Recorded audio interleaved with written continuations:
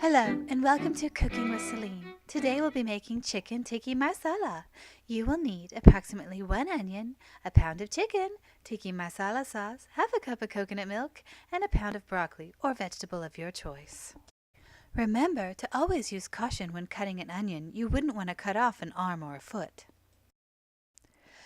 When I cut onions, I like to dice them small. That way I can fit them in the dish and the kids won't notice. It just might take me half a day. I forgot to mention that when you cut onions, they'll make you cry.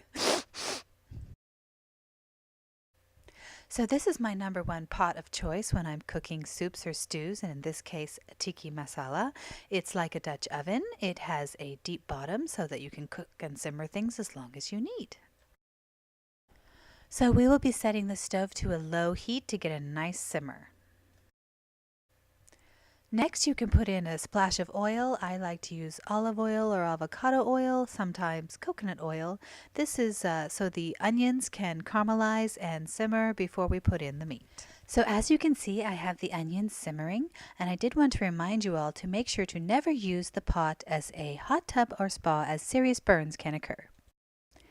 I'm now going to stir the meat and onions to make sure that all parts are completely cooked and there's no pink left in the meat. So here you can see we'll be using Pataka's Tikka Masala simmer sauce for our tikka masala. It's ready to go, it's convenient, you can buy it at most any grocery store, and my British friends absolutely rave about it. Now just add the sauce to the simmering onions and meat. I will be letting all the ingredients simmer here in the Dutch oven for about 20 minutes. This is the point where I add the frozen broccoli. That is, if I can get up. My legs are cold.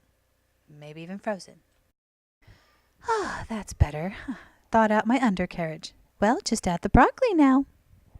To go along with our tikka masala, we will have white rice. You can use brown rice or other favorite rices, maybe even quinoa. Just be careful not to fall in the rice, as lifting 3 cups of rice can be very heavy. I always use filtered water when cooking my rice. I believe it tastes better that way. I usually fill up the pot of water equal to the depth of water over to the depth of rice, if that makes any sense.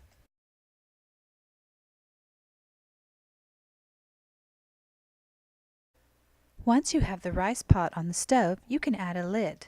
This will help make the rice cook faster. Make sure it doesn't boil over though, and keep it on a low heat.